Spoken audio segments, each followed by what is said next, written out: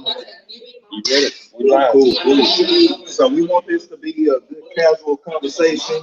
We appreciate everybody in the background. We're about to start here, but everybody that's tuning in, our Black Slate members, people that's just tuning in from the outside, we're gonna have a good casual conversation with one of our candidates right here, Mr. Gerry Monroe, out here running for school board. We want to make sure that we just have those conversations, talking to the people from the people, be able to have these conversations back and forth to ask these questions. So, we just gonna have it real light here. We appreciate everybody tuning in. Mr. Monroe for being here to answer some of these questions and telling us all the stuff he do for the community.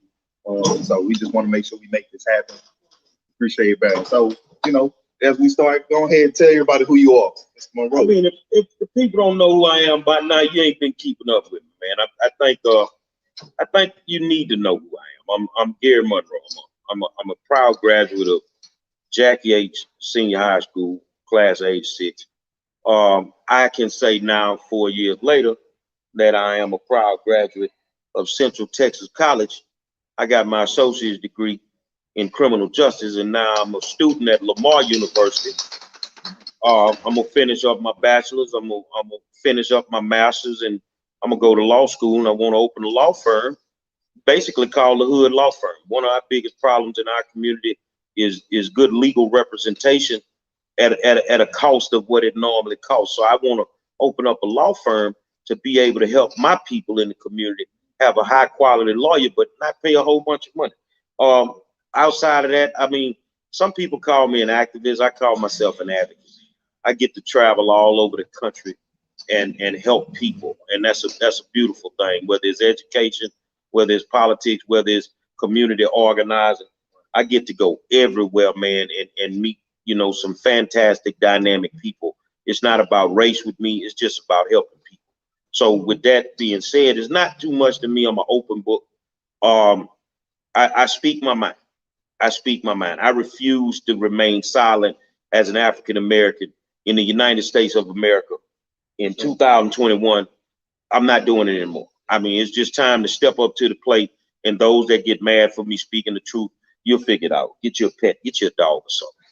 Well, I say this, most of the people out there like this, even as watching or don't even really know that want to get in the fight. One thing I realize, we go to a lot of these different places, and most Black people never even been a part of a Black organization. Mm-hmm. You know what I'm saying? Outside of being Greek, outside of the church. So they don't really know what these issues are. I mean, I just want you to take some time and just say, just real quick, give us 2 or 3 issues that you say are some of the issues that you feel like the people that current school board is not doing, that you feel like people should be paying attention. Just 2 or 3.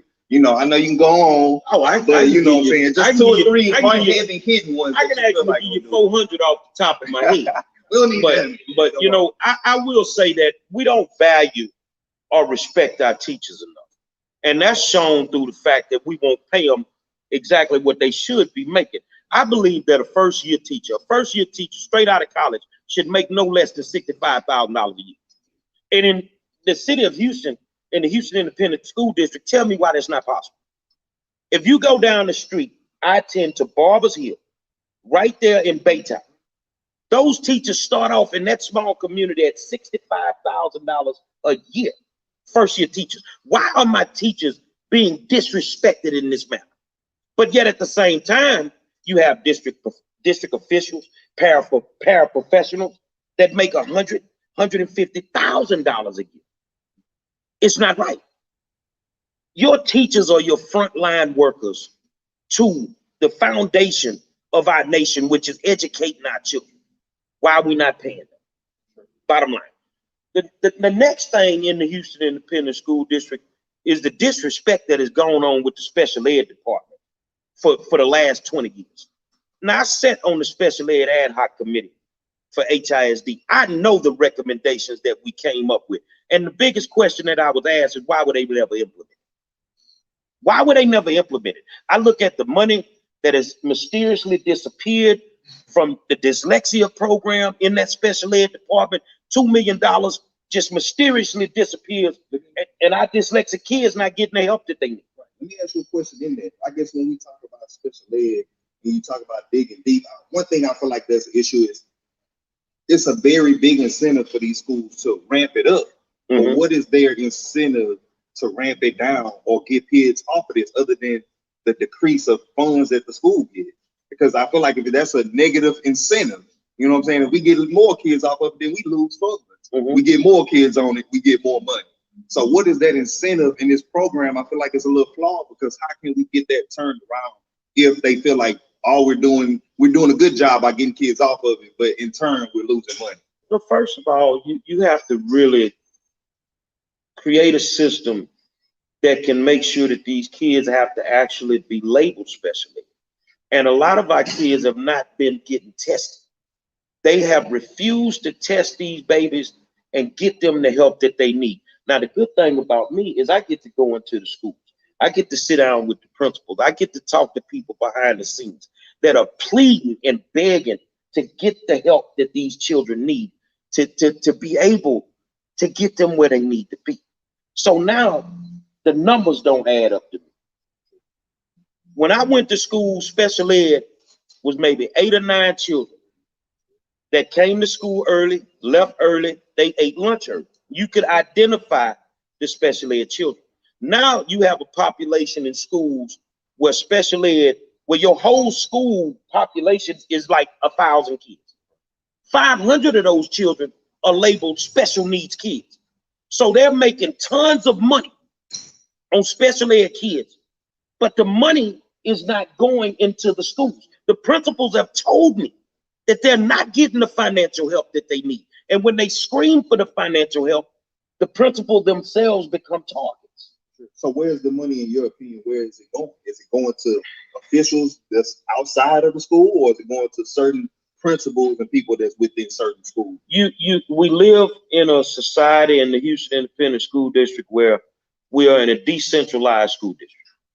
I mean, they can do whatever they want with their money. Now, what you have, if you have a principal that doesn't know how to balance the budget of a school, and they have a $2 million budget, and then you have X amount of dollars that should be earmarked for special ed, they can spend the money on whatever they want. They don't have to answer to anybody.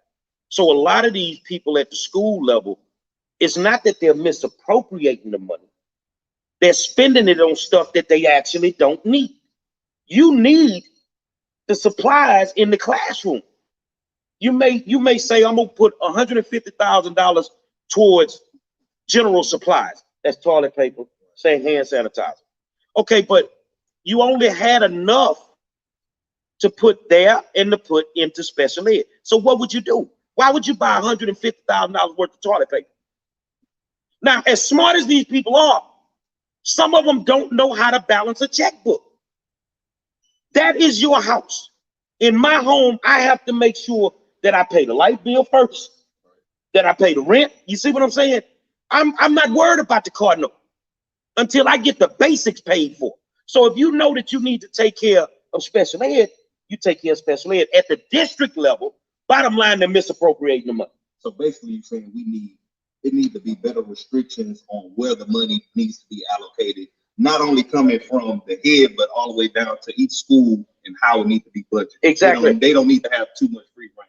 Exactly. On certain things, they should have free reign, but that is one of the reasons that the Texas Education Agency has sent in 2 conservators to monitor special ed, because we are not doing what we're supposed to be doing.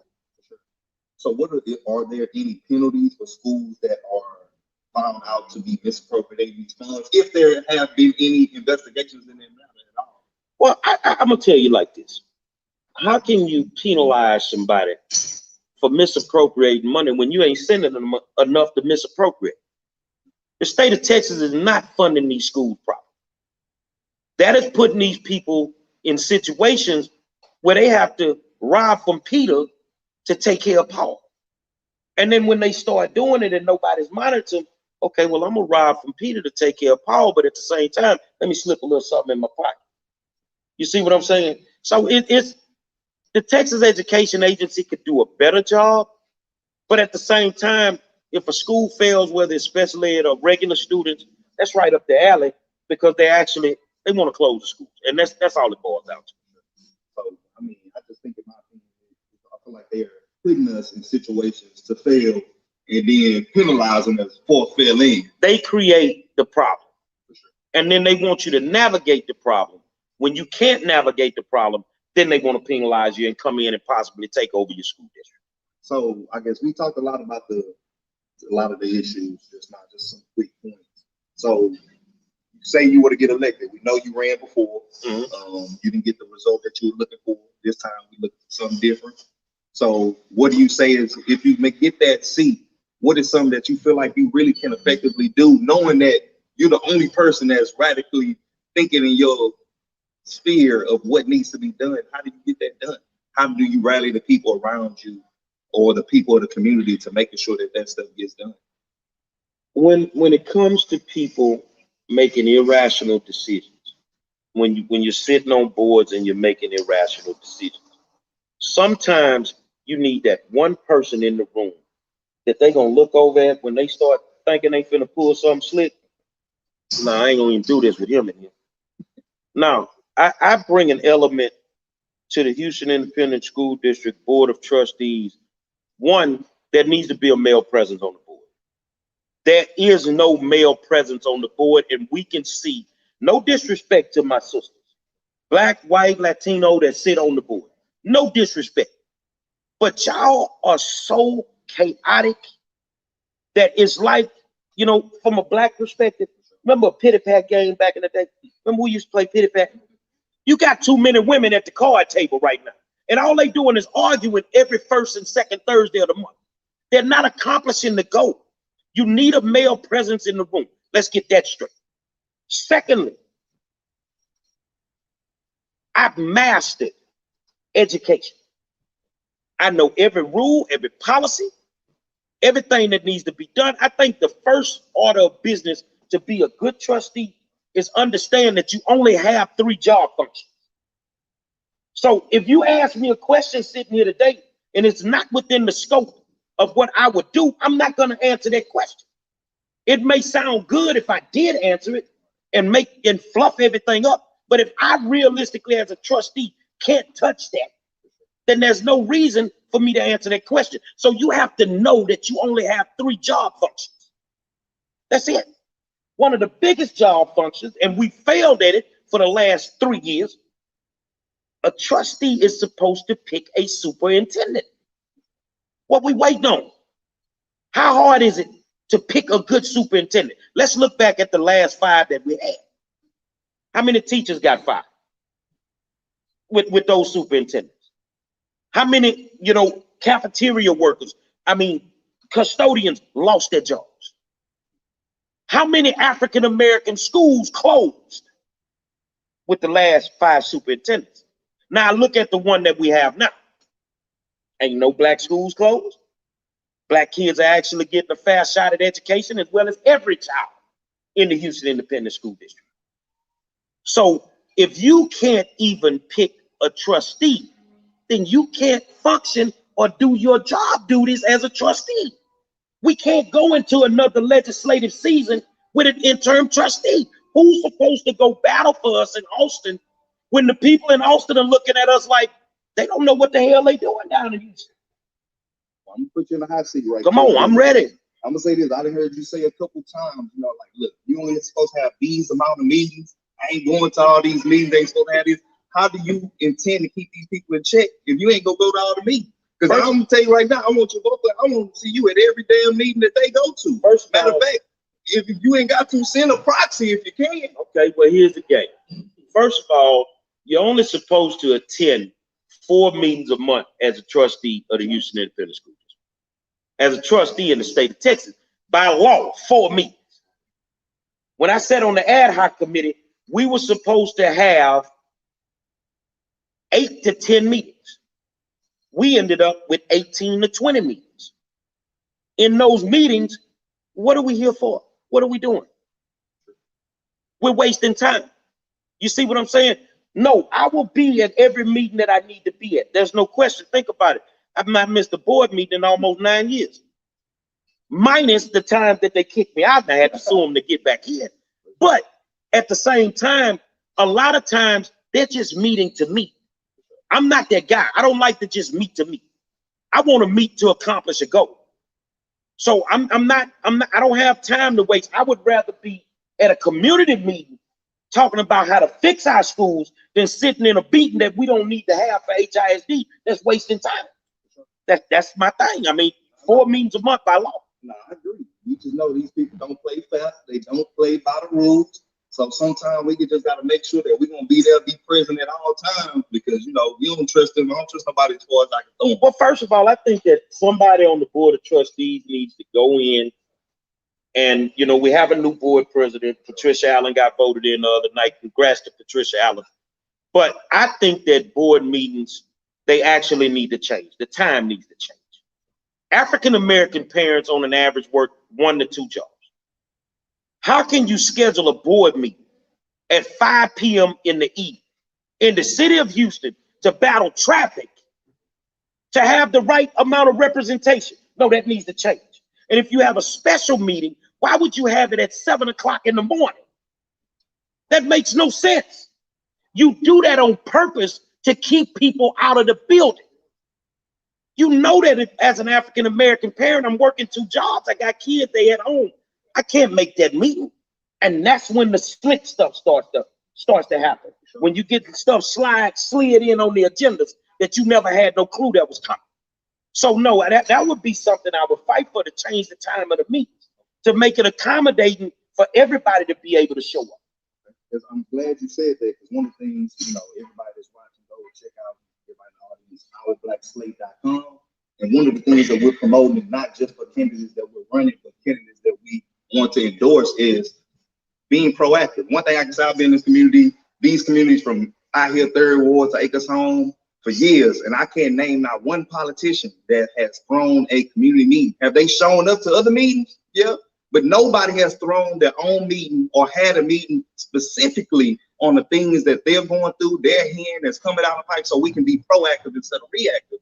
So one thing that we want politicians that we're supporting to commit to is either monthly, quarterly, bi-monthly, something meetings. That way we can be proactive in the things that we can support you on, you know, the things that you're hearing, so we don't have to worry about stuff and it's already coming before we start to react. So, you know, could that be something that you commit to, that we making sure that we stay proactive on things like that? It's not committing to it, it's mandatory.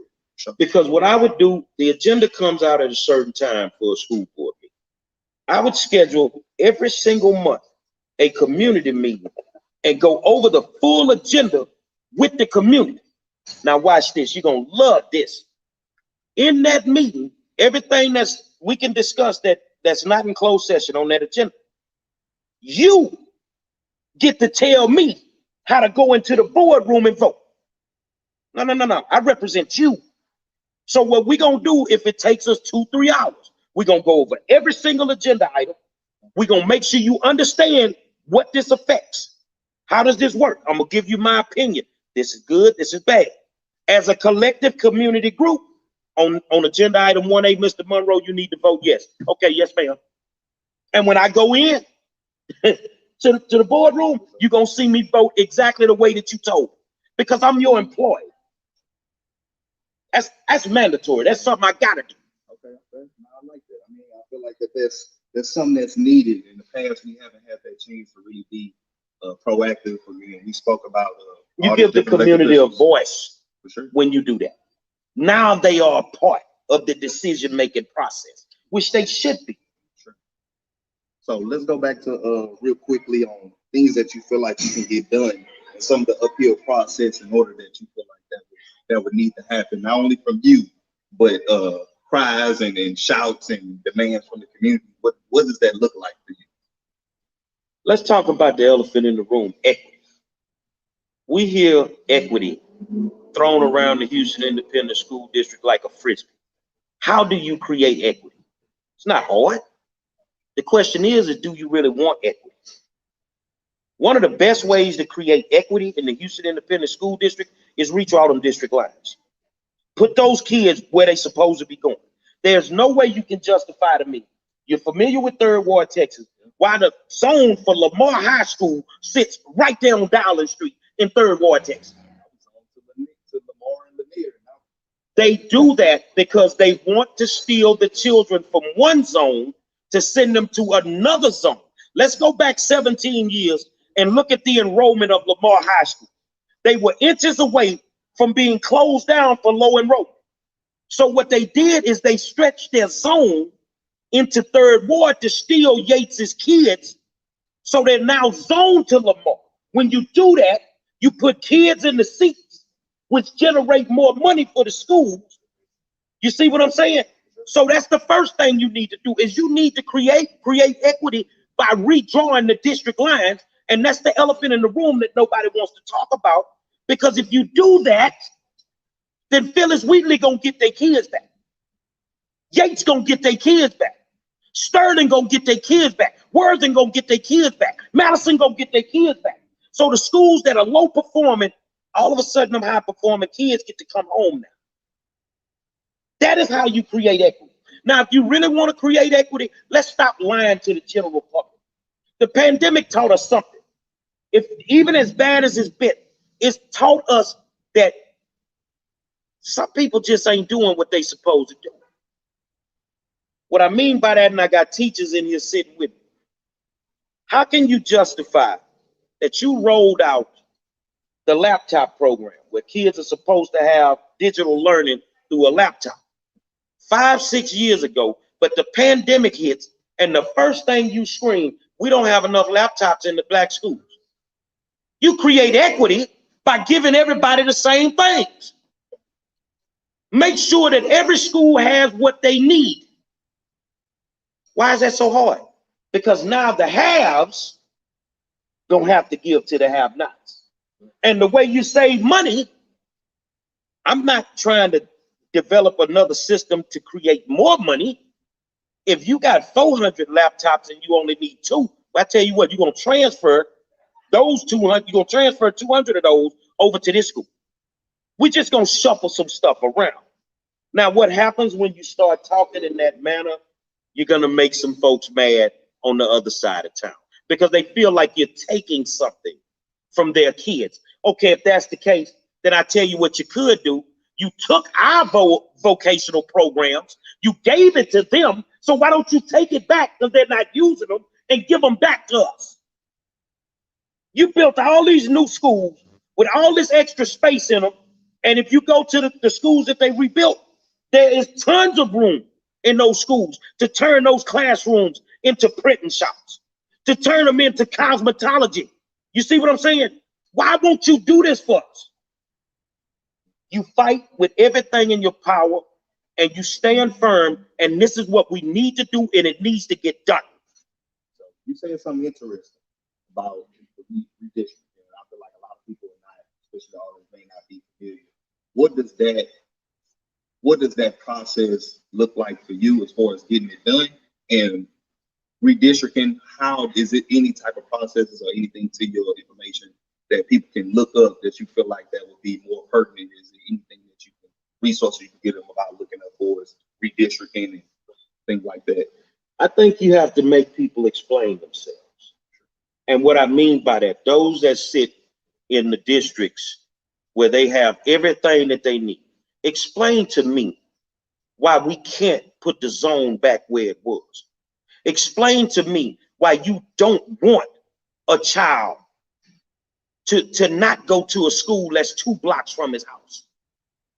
Explain to me why you don't want to put these. I want to have that conversation with Elizabeth Santos. I want to have it with Holly Villaseca.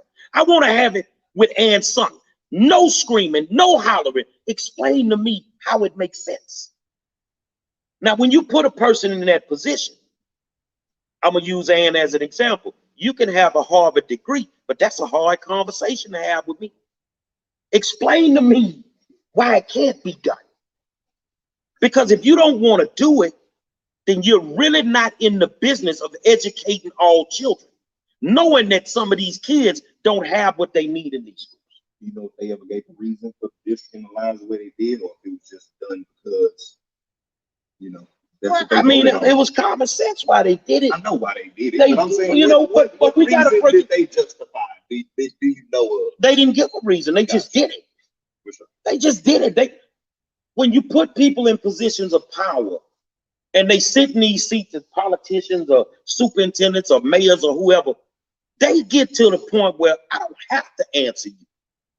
They do what they want, and it's their justification. But the people that are making these decisions, they never worked in these schools. They don't live in these communities. They don't understand the impact of having poor educational situations in your community. They don't understand that if the educational component is broke, that your crime rate gonna go up.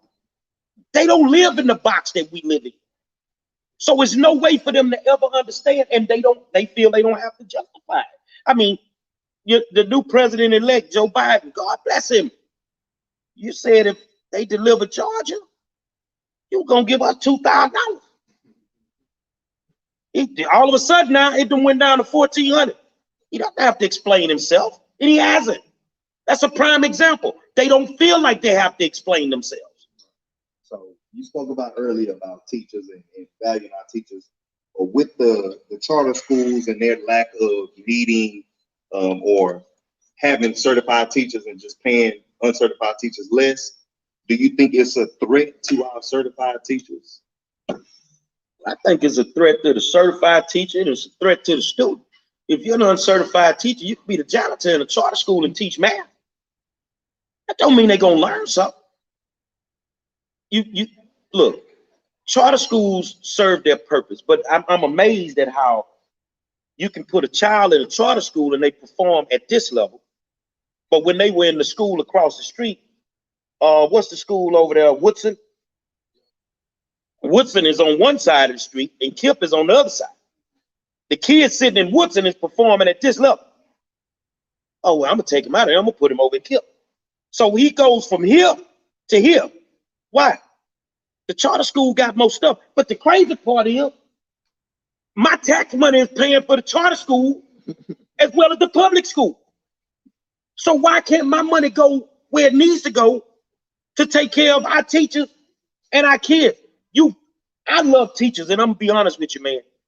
I was married 17 years. I got a divorce. I messed that up. Then I got married again. But the first dance when you get married is with your wife at the reception. Am I right? Both of us were Yates graduates, and we chose to dance with our school counselor that was there when we were at school. I love teachers. I love my principal. God bless him until this day, Osby Mitchell. When you find out that teachers don't have to care for your child, and yet they do, you respect them. When you find out that these teachers, even though they're salaried, they work 18 to 19 hours a day, you respect them. You should pay them what they're worth. The state of Texas has something in place with unionized workers and teachers and different things, where these teachers can't strike. What would the school system be like if they could? If they could walk out of those buildings for the mistreatment that they've incurred, and I've represented tons of teachers in grievances, and I've never lost, what would the system be like? What would it be like? That, until this day, people like, well, you advocate for African-American teachers. I do. I love all teachers. The best teacher I ever had was a white guy named James Claypool that taught me 11th grade English. A white teacher. So don't give me that black or white. Don't give me that Latino. Treat them with the respect that they deserve. And in this world, when it comes to your money, if you paying me what I'm worth, then I ain't gonna leave to go to the charter school. I ain't gonna leave to go to the other school district. Look at the exodus that has happened with teachers in the Houston Independent School District in the last 4 years. It's funny, before I tell you the next question, is funny because I say this is Black Power says we are, the first teacher that got me to read a book was a white teacher named Mr. Wizzy at Ryan Middle School. And I'm like, I would never forget. That was the first book I read, and then I probably didn't finish another one until after college. So, but I just felt like that was funny that, we don't see color in that realm of it. But sometimes it takes somebody outside of to get you to do something that you never done but before. We don't see color in that aspect. But every year, the Houston Independent School District has to do a reduction in force. It's called a RIF, where they have to get rid of X amount of teachers.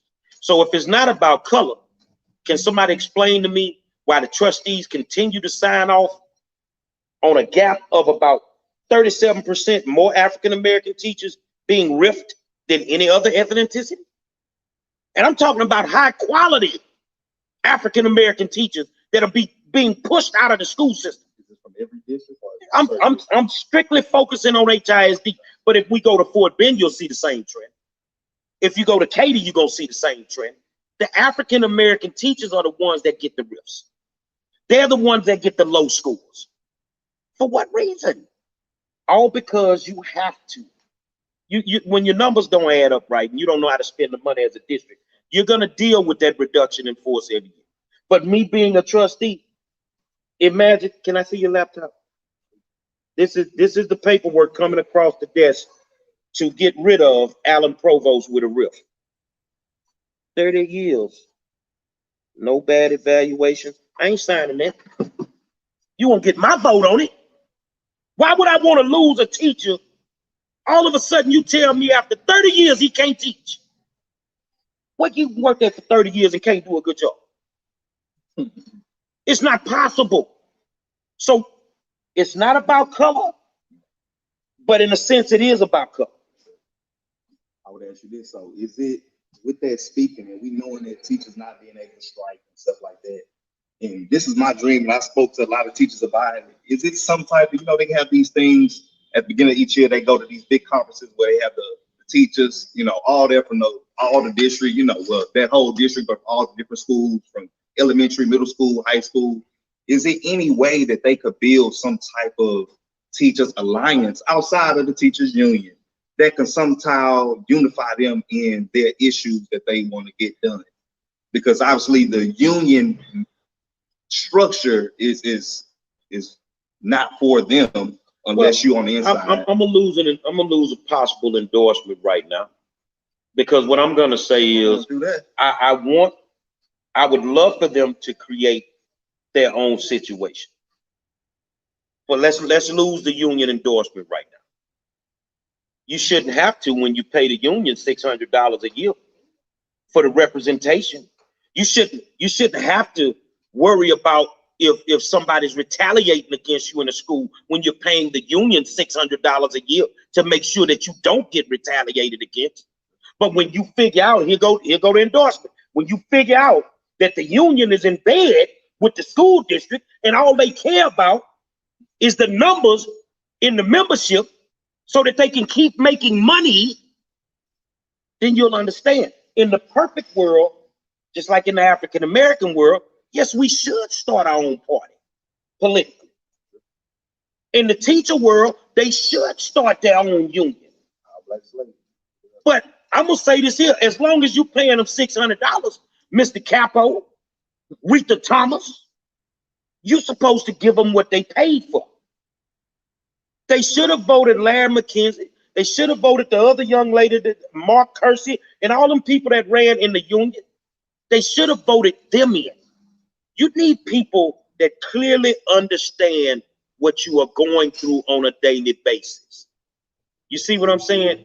I would challenge SEP and that union to explain to these teachers why you continuously take their money, but yet don't give them representation. And here's the thing. Well, Monroe, what you talking about? You don't know. We represent our teachers, not according to 24 hours ago when I got a call from one, and y'all ain't answered a call in the last 6 days. But yet you took her money. No, they need to get together as a collective unit and go over there to that building, whether it's burnt down or not, and demand that these people represent them to the fullest. Sure. That answers my question. So teachers know what to go do. If not, just call me. I get it done. I want to build a strategic teachers alliance. You know what I'm saying? He's running, so he can't do that, but I can do that. So, definitely come holler at me. So, what are some suggestions you would give to the normal person of just getting involved, whether they have kids, no kids, kids in these systems, and just want to see change? How could they help in this system? How could they help you? How could they help their community see change in these issues? Being a more involved parent, you don't have to have a kid in the school system to have a voice. You're a taxpayer. You have a voice. They take your money every year just like they take a parent's money. You have to become more involved in the system. You have to master the system. You have to understand what's going on. And the biggest thing, show up to the board meetings. This is where the foolery goes on at. Come to the board meetings, become more engaged. Because she is approachable. Approach your superintendent. Tell her your concerns about what's going on with your child in this school district. And I will say that unlike a lot of other superintendents, this one actually knows children by name. She knows a lot of children by name. Approach your superintendent, but put that pressure on your board member to do their job. And if they don't do their job, then we must hold them accountable. And the best way to hold them accountable is in the voting booth. So I think a lot of people don't know the power that they can exercise dealing with a lot of school board officials. How does it work? What is the system? Who controls the power of their schools? So what would be your normal suggestion if somebody has an issue with the school, with their kids? It's maybe a particular principal. Is there some tips that you can give them as far as dealing with issues and getting it solved? Well, first of all, become more involved at the school level with your child. Go and volunteer. That's the first thing. Become a BIPS volunteer. Volunteer in public schools. Become a volunteer. Join the SDMC committee at your child's school. Your shared decision-making committee that's supposed to meet once a month. You go in there and you have a hand in what goes on into the school. Now, if you have an actual problem, I recommend you start at the school level. You try to solve it at the school level. Now, I know when you go in, if the problem is major, you may have a hard time containing yourself. And so we're going to kill the myth right now that when Monroe shows up at a school, he's aggravated. No, I'm not. I need to speak to the principal in charge. Well, we're going to get you a vice principal. No, ma'am, I need the principal. I need to speak to the head person in charge. You go in there, you try to solve the issue. If it's not solvable to you, then you go to the district and you file a grievance. This is key. When I first went to the district, I walked, you know how the district is made.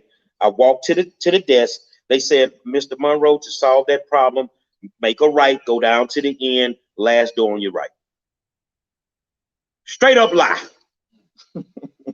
That's the parent center, where nobody with no power to fix nothing works in there.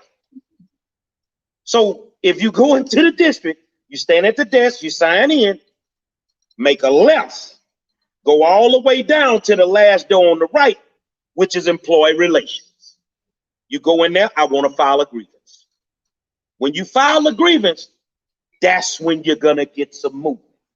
From the time you sign that paper, they got 10 days, 10 calendar days, not 10 working days, 10 calendar days to solve your issue at a level 1. If they don't solve it at a level 1, nine times out of 10, they'll call you. Well, we finally scheduled you your level 1 hearing 20 days after you filed it. Well, ma'am, I tell you what, according to the policy, I'm going to exercise my right to go straight to a level 2. Now you go to a level 2. You're in a hearing. They're going to have a level 2 because you got to have a court reporter in the level 2. They got to bring their attorneys to the level 2. So if you don't like the decision at either the first or the second level, if you have both hearings, you have the option to say, I want to go to the next level. So if you had a level 2 and you don't like the decision that was made in regards to your problem, you go to a level 3. Now you're in front of the school board. So valuable information. I didn't even know that. It seems simple enough. Just gotta stay on it. Look like. So I mean, I just think a lot of people don't know these different steps, even when it comes. And what I would tell a parent, and this is the amazing part, try to get to that level 3 if you can't solve it, because then you're going to figure out, and I hate to say it, that even though you're sitting in the room with the trustees, and now you got the board attorney, Elnita Hutchins-Taylor, and Katasha Woods, and all these people, you might be the smartest person in the room. You just might be the smartest person in the room, because now you have to do is make it make sense to the 9 trustees. That's all you have to do. And I've been in those level 3s several times. And I always walk out smiling because I'm gonna make it make sense.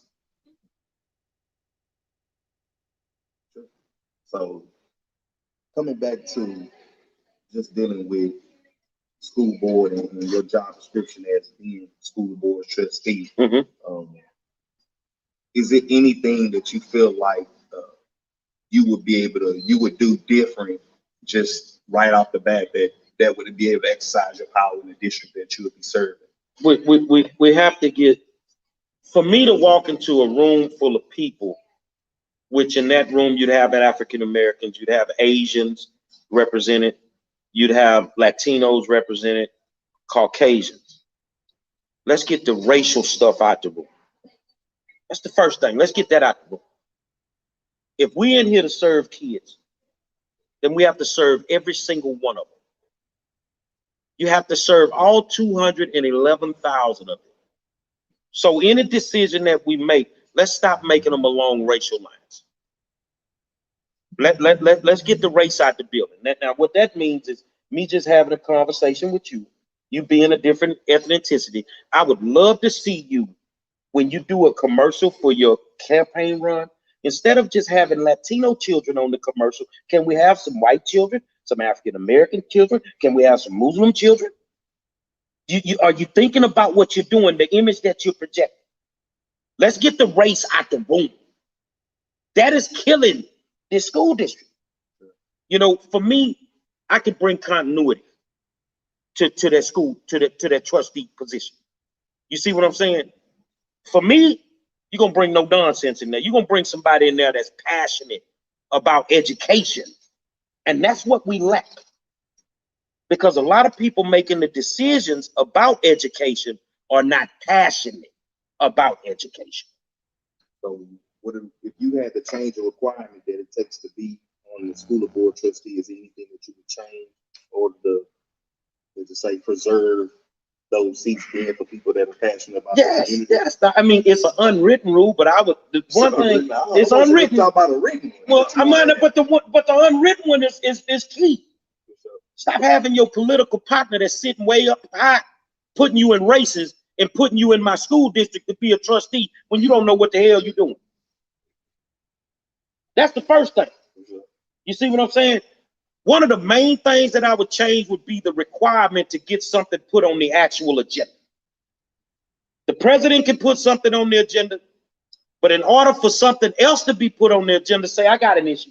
I got to get 2 other trustees to ride with me for us to get it on the agenda. I think that rule needs to change. I think that needs to change. Also, another rule that needs to change, and it would help trustees, giving parents a voice, because I call these the Monroe rules. That, you know, the Jordan rules was in the NBA, and HISD, we got the Monroe rules. I done been all over the country, even during the pandemic, Lafayette, Louisiana, Cleveland, Ohio, Minnesota. But the Houston Independent School District is the only place I go where you only have 2 minutes to speak as a parent. When I go to city hall meetings, city council, I get 3 minutes. When I'm at the school board meeting in a small city in Opelousas, Louisiana, I get 5 minutes. Why did they stifle our voice? Oh, them the Monroe rules. Because I would speak to every single agenda item. You see what I'm saying? You have to give the voice back to the parents. And you have to be able to sit up there and be able to listen to them, to be able to help try to solve some of the issues that you can possibly solve. I think one thing that needs to change at the state level is someone needs to go lobby to change the law that says school board members cannot answer a question from a parent in a board meeting. They don't do that in Louisiana. They answer your questions. But in Texas, they're not obligated to answer you. And they're also not obligated to do anything about what you're talking about. So that needs to change. So you said something else that was interesting to me. Go back to needing 2 other people to put one of your items on the agenda. Now, we know people don't have no problem stonewalling. We know you've been up there berating a lot of these folks already. How you gonna get 2 people to get on with anything that you talking about? Contrary to popular opinion, my brother, for people that think I cannot have a sit down with these people, and make things happen. I've sat down quietly with Sue Dygard. I sat down quietly and I hop on off of 45 with Judith Cruz. So this thing where we can't come to a common agreement on what's best for the students in the Houston Independent School District because they're not going to work with Gerry Monroe because he has held them accountable is a flat out lie. They know how to call my phone at 2, 3 o'clock in the morning. Am I lying? Begging me how you solve this and how you solve that. You know, if you ain't my friend in public, you ain't gonna be my friend in private. I give them enough information on how to do things. So bottom line is, yeah, we can figure it out. If it's in the best interest of children, it should be easy to figure out. And we should figure out a way to work together. Can I work with someone that I feel is racist? Yes, I can, for one reason. As long as I know where I stand with you, we can get it done. We can get it done. Let's take our personal feelings and put them outside the door before we walk in. Now, once we walk in, let's get down to the business of taking care of these kids.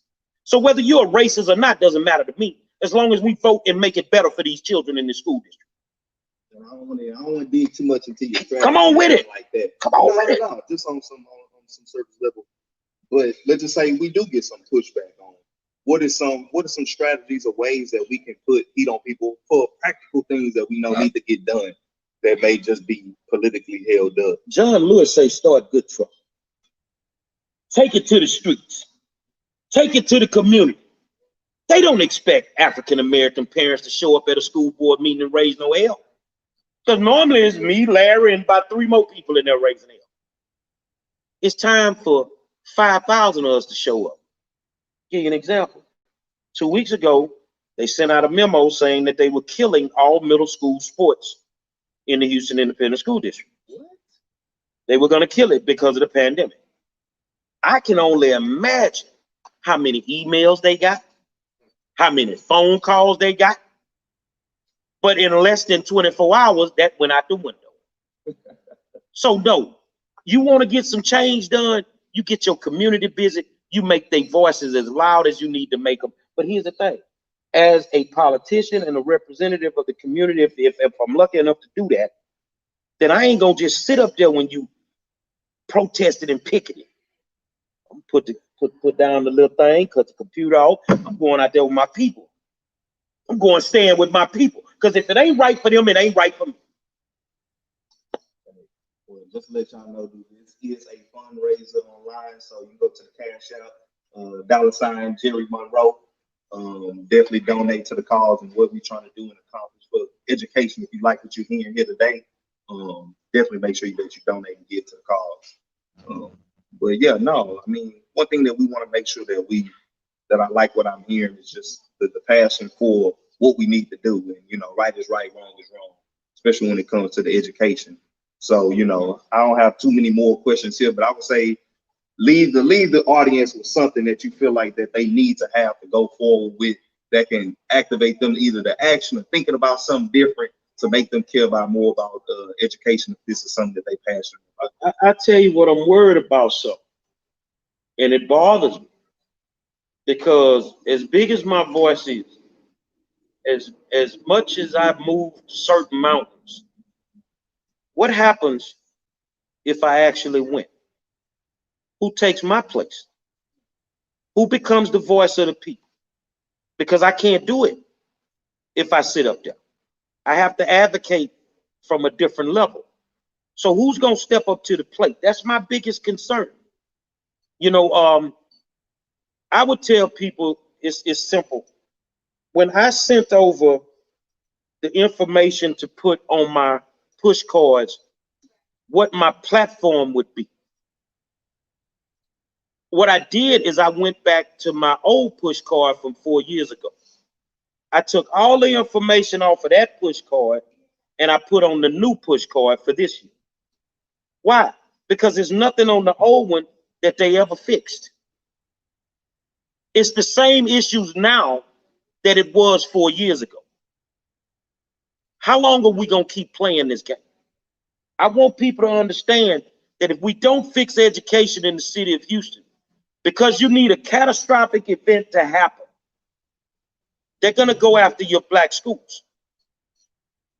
Now, do you want somebody weak sitting on the school board if they come after them? Or do you want a bona fide 5-star general that's ready to go to war for any school? Now, I will tell people this here.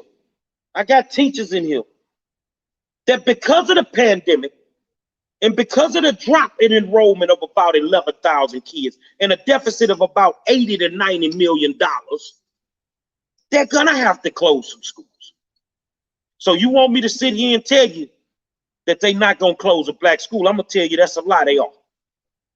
But the only way I'm gonna vote for that, you're gonna close a black one, a white one, a Latino, and a specialty school. You will not close all African American schools. They're no better than us. And the last thing, and I may get a little pushback, but it's cool.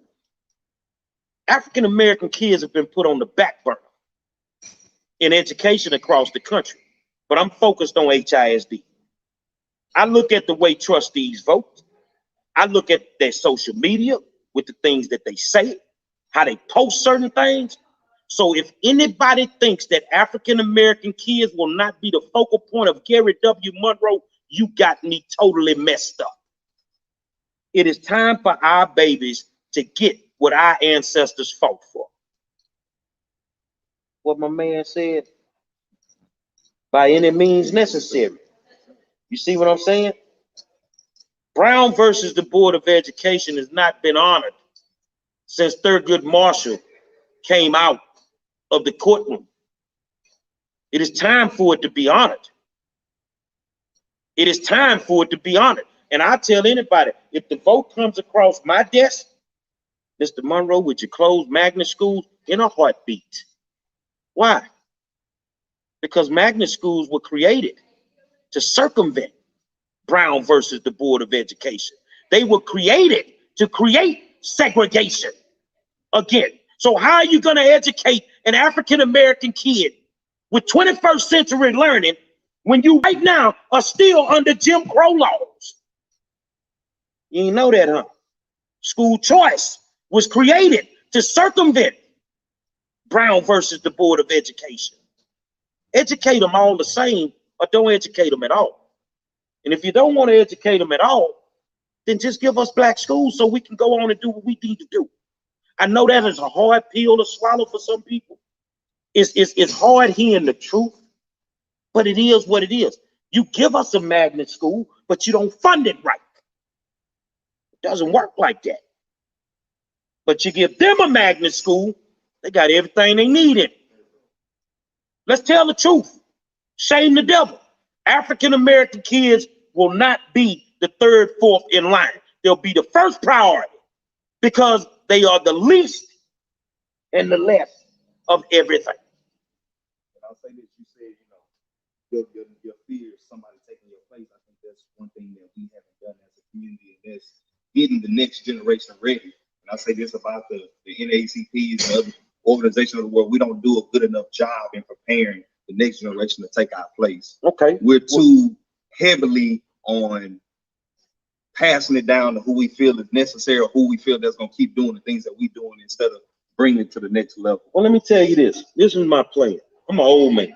We need you be working on your placement right now. No, because from the day that I go in, it's going to be some 19, 20-year-old youngster that I'm a mentor from day one. And the deal going to be, if that's you, if I'm lucky enough to get 2 terms, that's it. I'm going to prep you. I'm going to get you ready because I'm only doing 2 terms, dog. And then after that, go take your rightful place. You see what I'm saying? You groom them. You groom them. That's what's wrong with our whole political structure. We're not grooming the next set of politicians. You see what I'm saying? And now we're just stuck with who they want to roll in now. You look at who they done rolled into the Houston Independent School District in the last 8 years. They care about education, right? Well, some of them roll straight out of the HISD, straight over to ACC. Well, what's the problem? And you done messed this up, so now you finna go over there and mess that up. But then they roll their partners in to take their places, and they don't know nothing. So I think we have to groom them and get them ready, bro. If you don't mind, I'd take a couple of questions from somebody out there, if that's cool. No, go ahead. We can take some Anybody got any questions? I don't care what it is. Not a subject you can ask me that I ain't touched. I have one. My focus is mostly on trade schools because I believe that, well, not trade school, but trade programs in high schools. Okay. Because I feel like a lot of our kids graduate school and they aren't prepared for real world. Let's be honest, college isn't for everybody. But we all know that bills are for everybody. So everybody has to have a way to make money. So I'll say when I was in high school, at Worthing High School, we had minimal trade programs, but they left towards my senior year. I'm a Yates line, and I can tell you at Worthing you had that print program, that print shop program, that not only you were printing for the school, you were printing for the community. And I want to know what's your aim to get those back? Because I feel like we focus too much on pushing kids to go to college instead of pushing them just to be productive citizens and contribute to society. Because, I mean, if you don't go to college, then what are you left to do? So we prepare them out of high school and we get them ready. We have less drugs, we'll have less violence, and we'll have less riffraff because we'll have kids that are engaged productively. So is there a way that we can get that? Well, first thing you got to do is you got to get two entities out the local school district business because they in bed with them. Get the city of Houston out of the local school business, and get the local community college out of their business too. Who benefited more from you taking trade programs out of the high schools than the Houston Community College? You got to get them out of bed with them. You see what I'm saying? But then you have to do what we did over at Yates. You got to force the issue. You got to figure out what these kids want. You know, I just ran into one of my kids at the airport yesterday. Rapper, one of the hottest in the city. Say, coach, and he still calling me coach because I coached him in youth football. I say, did you go to the lawyer I told you to go to? It was 5 years ago. Yeah, I got the lawyer you told me to go to and all that. So he's doing what he wanted to do, but he honed his craft in the communications program when he was at Yates. You have to have programs in the school that kids want to do. I'm trying to figure out, maybe you can, you own a beauty supply. Why is there no cosmetology in African-American high schools? That makes no sense. All of that, because you want them, because the community college got in bed with the school district. Now you got to come out of school, go get a student loan to go get the same trade and certificate that you could have gotten when it was in the high school. North Forest had a full-fledged, they have a full-fledged auto mechanics program. Everything you want to learn about it. But for 2 years, there wasn't a certified teacher in the classroom.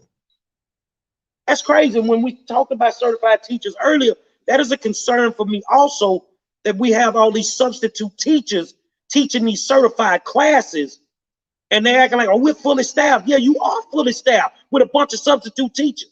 And if parents would push the issue, if your child is receiving uncertified education for 30 plus more days, they can opt out of the STAR test. They can go to any school they want to go to at that point, because you are forcing this child to get uncertified education.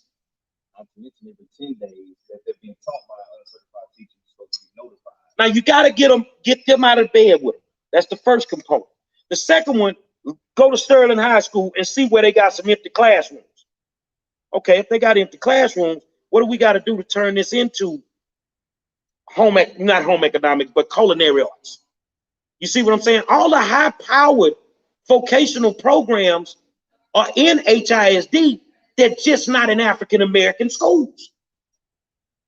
Why not home economics? I mean, I had home economics, it's culinary arts, but that taught me enough to become an offshore catering manager for 12 years. You see what I'm saying? You got to get them out of bed, and then you force the issue by making them put them programs back into them schools. Now, when you do that, then we ain't got to worry about is the hottest football player going to come back to Sterling, because you're going to get kids coming to Sterling if they got welding just to take welding, just to take auto mechanics. You see what I'm saying? You're right. Every kid is not going to go to college. And I'll tell you this here because it's crazy. I'm sitting mentoring some kids in the classroom. Mr. Monroe, why we got to listen to you? You didn't finish college. You sure right, I didn't. And what I do at 50 years old?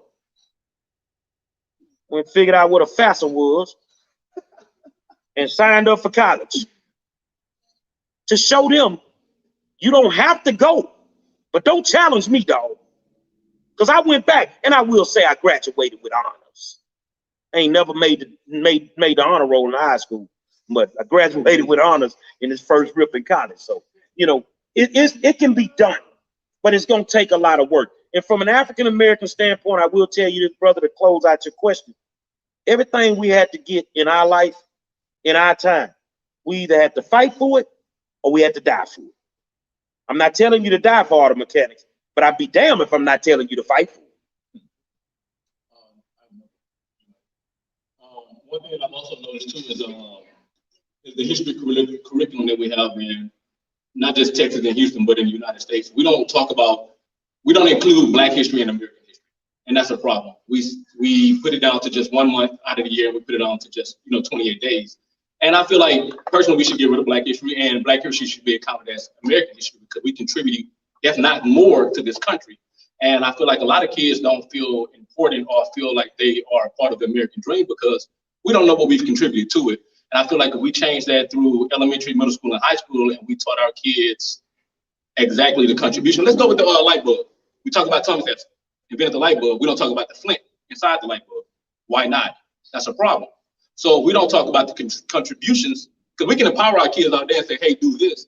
But if they don't see it and they don't see it through history, that's a problem. We have to show our kids from day one, we've done more for this country. Christmas Addicts, first Black man to die for this country. Go to war. That's our history, and that should be taught. And it should be put out there with everybody else. I'm not saying put any other history to the back, but make ours as equal. And I don't know if that's something that you guys can do or push. Well, that's something we've been fighting for, which is African-American history, Pan-African history. I just stood toe-to-toe with him in the boardroom fighting for that. But the way that you set a kid up for failure is the first thing you do is you don't teach him about his history. My concern would be is if they rolled African-American history into high schools across the country, is I don't feel that a white person should write the book. Oh, I done made some of y'all mad. You can't write about Black history unless you've been Black. Because you ain't gonna tell the truth. They ain't gonna tell you about the Flint. They ain't gonna tell you about like my Latino brothers who get attitudes, and don't want to stand with us some days. And I'm fighting for your kids. But you don't understand. Before I could speak of Thurgood Marshall, I would have to speak of Mendez versus Ecuador County. That's the brief that Thurgood watched, that he studied before he did what he did. They gave the Latino brothers and sisters, they're going to teach them their history. They don't want to teach us our history. Let's just be honest. There's a fear factor in there. And I'm going to tell you what that fear factor is. You don't want anything that can wake up this generation of Black folk. Because if these youngsters figure out all the tricks and deception that you done dealt with, that they dealing with right now, they're going to realize America's dream. I mean, their worst nightmare. Do you know what that is? America's worst nightmare when them youngsters in the street take them guns off each other and turn on them. But if you expose their history to them, and then they understand what you're doing to them and what you've done to them, I'm on Cullen Boulevard. Look what you've done to us. For the last 50 years, look what you've done to us. Imagine if a youngster wakes up after reading real Black history and he feels the way that I feel. Can he handle it like me? No, they might handle it totally wrong. So they don't want to teach you something that's going to help you get ahead. Imagine if we had 4 million youngsters at 9, 10, 11, 12 years old screaming about reparations right now. We might just get it. But they don't want you to know. And the scary part is the people that have to get this done, you can't keep blaming that on the white brothers and sisters. It's some of you Black politicians that could get this done that don't want this done. We need to learn our history. And you know what? If we could learn our history, that might help race relations. Because right now, there are a lot of people mad at Africans, well, they're mad at white folks for enslaving us. Well, teach them their history. You not only do you need to be mad at them, be mad at them black ones, them kings in them colonies over there, in them communities in Africa that sold us to them people. But also teach our point, and also, we were not just slaves, we were also slave masters also. Let's talk. That's why I'm saying, if you gonna teach it, you gotta teach it all. Yeah. So we got some good that they need to learn, and they got some bad that we need to learn. They ain't gonna teach you. They'll tell you about the Martin that got beat up on the William Pettis Bridge. But they won't tell you about the Martin 1 week before he died, how he was finna flip it, how he was finna hang out with the dude with the bean pies. They don't want to tell you about him because they hated his guts at the end. If you gonna tell it to us, then tell us our history. But we still fighting that battle. I know I stand next to him. We fighting that battle. And I say this, whoa, boy, I'm on fire today, boy. And I can appreciate your question when it comes to that. But this, my issue with a lot of things that we talk about, we think that a lot of stuff is going to be given to us just because we go at it politically. Like, this stuff don't happen unless we out here seeking for the power for ourselves and organizing. And again, that goes for everybody that's out here. We can't continue to not do it, not organize, and think that this stuff is going to happen for us. You know what I'm saying? We got to make sure that everybody should be working towards a mission with a group, because I guess what, don't no one white person have power in his own self. That person only has power through within the group. And so they can have minor spats between each other, but at the end of the day, they will collectively get together to go against us. So we just have to understand when we come to it that, it's a bigger goal and what we need to go at, but we just got to be diligent and do it. I think one thing that the whole school system could get together and work on is a foundation we started, but it's the idea. Don't worry about the foundation. It's the idea. We need to work on repairing the black family. We need to work on getting the African-American male back into the household so that he can be a part of his child's life in the educational process. We need to develop programs where if you can't understand why this kid keeps skipping school and he's not getting it, that's because his mama doesn't value a diploma because she doesn't have one. Why don't we create a program to help parents get GEDs? High school fathers, that's what they talk about high school mothers, but we don't talk about high school fathers. Exactly. So the thing is there's a lot that we can do. And from a trustee standpoint, I could work with my foundation on something like that, because we need to repair the black family. We're not going to fix education. We're not going to fix crime. We're not going to fix poverty. We're not going to fix the economic gap until we fix the black family. It's not going to happen. It's a fabrication, and all we're doing is wasting time. You can't fix police relations just because George Floyd had a knee on his neck for 8 minutes and 46 seconds. It's going to take somebody to step on some toes to get it done.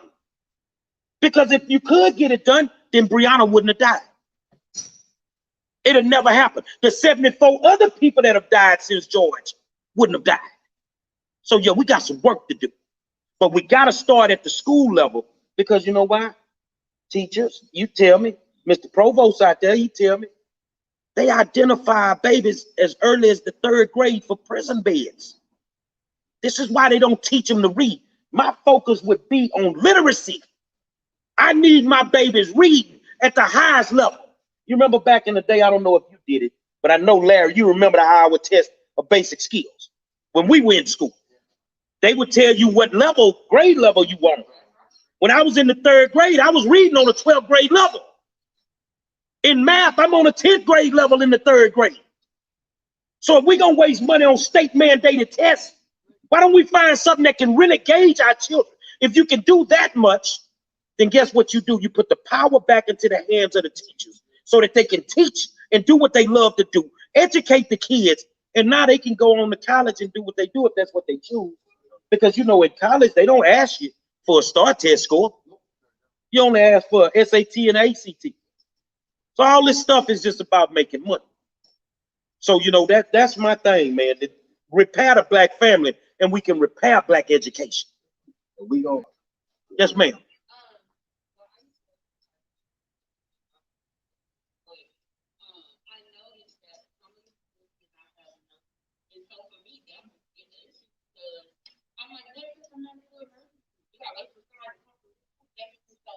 Is there a way that the school board could possibly get a nurse in every school? I think your concern is not just nurses. We'll start with nurses.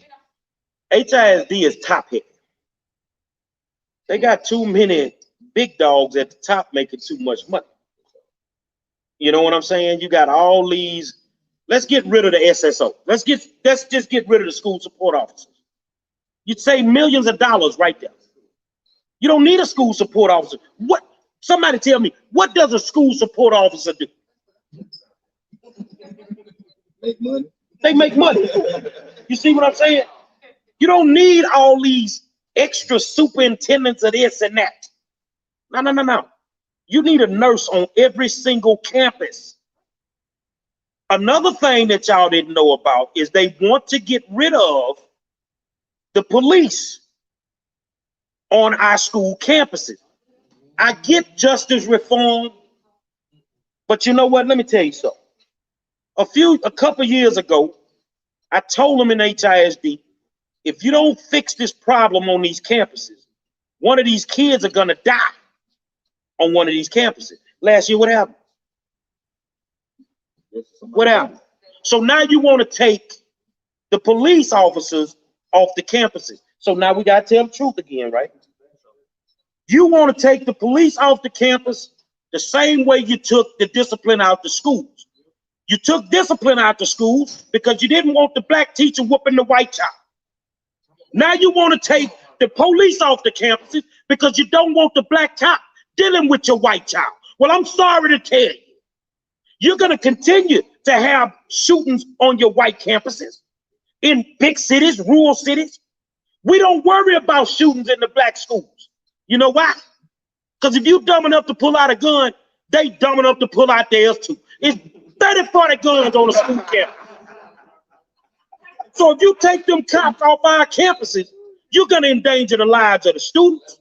You're going to endanger the lives of the teachers, the administrators. So I am not for taking my cops off my campuses. I want justice reform in general. Defund the police. Well, what neighborhood you think they're going to do it in? Well, I would say this. I'm not with the, let's just say, I think the cops for say need to stay there, but I would say what needs to stop is I would say the penalization of kids in the court system because of what happens in the school. Do you know I would say that I'm be honest with you. They shouldn't be able to use school suspensions to put you in jail. But we're having a good conversation. But guess what? Let's just be honest. They're using school suspension to put black kids in jail at white schools. Show me a black principal sending them kids to jail for school suspension. It ain't happening on our campuses because our black people that run our campuses clearly understand our children. They understand the dynamics. They understand the baggage that they walk through the front door with every morning. Them kids walking through the front door, no clean clothes on some of them. They walking through the front door, when they go in there, they don't know if their mama gonna be at home when they get home or not. So our black people are not realistically doing this on the black campuses. But from sending kids to jail, this is what I was gonna make you laugh with. Man, do you realistically know how hard it is to go to jail on an HISD school campus? If they catch a kid with a bag of weed, I had a principal tell me, Monroe, we got to send him to a diversion program. I say, well, what the hell we running here? A school or a rehab? You don't just go to jail like that on no school campuses no more. And remember, half the campus is labeled special ed. You ain't finna send no special ed kid to jail like that. That don't happen. But now they just want to get rid of the police.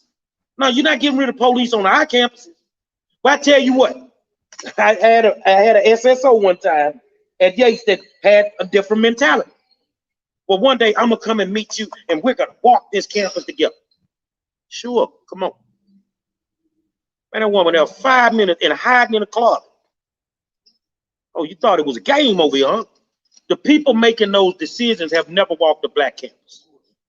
The guy, Bob Sanborn, got a lot of respect for him, children at risk. He label our schools F's and D's and all this stuff here. Mr. Sanborn, when the last time you been to a black campus? I'll ask this here. Trustees, when the last time you been to a black campus? Well, I know you wasn't at Worthing when they got out of our after 6 or 7 years. I know you wasn't at Kashmir celebrating the black students over there when they got out of IR after 10 years. When is the last time you walked a black campus? Well, Mr. Monroe, when the last time you walked? When I went to give free tickets to the teacher of the year at Westbury, to the Texas game. Oh, I walked my campuses. I'm very familiar with District 9. I wasn't comfortable when you took Woodson and stopped it from being a middle school and turned it into whatever you turned it into. Yeah, I wasn't cool with that. I walked my campuses. It's nothing for me to see me coming out the office when she was there. I've not been this year because I've been too busy to come out the office at Worthing High School from a meeting to talk about gang stuff with Dr. Khalil Campbell. You see what I'm saying? It ain't an issue for me. You know, even when Madison had Mr. C there, Latino, it wasn't a stretch to see me coming off that campus after having a discussion. But I challenge these trustees, when the last time have you walked a black campus? So before you think you can take them cops off them black campuses, why don't you go over there and visit unannounced? Don't let them know you coming. But the only thing I can tell you is gladiator school, and then you'll understand how them teachers feel in them classrooms some days. So, yeah, man, I'll tell you this, before we close out, let people know how to support you, how to find you, how to see more of what you're talking about, your philosophies and what you believe in, and how you want to help the schools and other issues. Let me know how to find you. I mean, it's easy to find me on Facebook, but I need your help. I got to raise, last time I raised $900. I made my opponent spend $60,000, but I raised $900. We need more than $900. I'm not asking you to donate me $500. I'm saying if you got $1, send it to the Cash App. We have an account. When you send it to the Cash App, make sure you leave a note on that so I'll know your name. I'm going to put, if you send me $1, I'm going to put you on my campaign finance report. Your money will not be used for me. When my campaign treasurer walked in today, handed me some money, I gave it back. I don't deal with money. You deal with money. I don't want no parts of it. So I appreciate the people that have donated money already. Yesterday, folks sent money. We're going to use it for the right things. You see what I'm saying? This ain't finna be a campaign where I don't get to know the voters. Our goal is to get out and knock on every single door in District 9. We're going to hit these doors and we're going to have these conversations. And I need you to understand that if black education is attacked in the African-American community, your crime rate is going to go up. So tell me, is it the pandemic or is it the fact that a lot of these kids ain't in school right now? Or did you not know that certified killers walk the hallways of schools from 8 to 3 o'clock every day? And if you got them sitting at home playing on a laptop, they bored. I agree, we got to get them back in school, but that's one thing I didn't touch on. Well, Mr. Trustee, how do you feel about kids going to school through the pandemic? I tell you what, if we can't have a school board meeting, then I don't believe them kids should be on them campuses. If you can't put my life in danger, why would I put a kid's life in danger? I don't believe that they're safe. I don't believe that the teachers are safe. I don't believe that the people that got to clean up these buildings are safe. You're not giving them what they need to work with. I don't believe that schools should be open at this point. But I understand that Greg Abbott, who you need to take care of, Dan Patrick, who you need to take care of, don't care about anything but money. And one thing that needs to change, you ask me, that the Texas Education Agency, the person in charge of it, that position should be a voting position. It should not be appointed. And more importantly, the governor, next time you appoint somebody, Mr. Governor, to be over schools in the state of Texas, can he at least have been a teacher? Could he at least have been an administrator? Could he have at least served more than one term on the school board in Dallas? This man does not know anything about education. And I can't understand why HISD trustees are in bed with the devil himself right now. We have to watch the ones that govern us, because in this, it's not about color, remember? So we're gonna make everybody one color, plaid. Everybody that's your skin folk ain't your kinfolk. You need somebody now that's gonna stand up for HISD and for these teachers and these kids, not somebody that's gonna bow down to TEA like I see 3 or 4 of these trustees do it every single meeting. I'll tell you what, there's been a broadcast. Thank you, brought here from Our Black Slate, shot at the Black Store. Y'all go to ourblackslate.com, go pre-order Our Black Agenda, a guide to Black Power. For getting involved, definitely go check that out. We thank you for everybody that's broadcasting here. Definitely go look up Mr. Gerry Monroe and what we're doing, raising money for the campaign. Please give, and we out. We appreciate it. Get involved. Thank y'all. See the end button. See the little red button? In. You should have another one. There you go.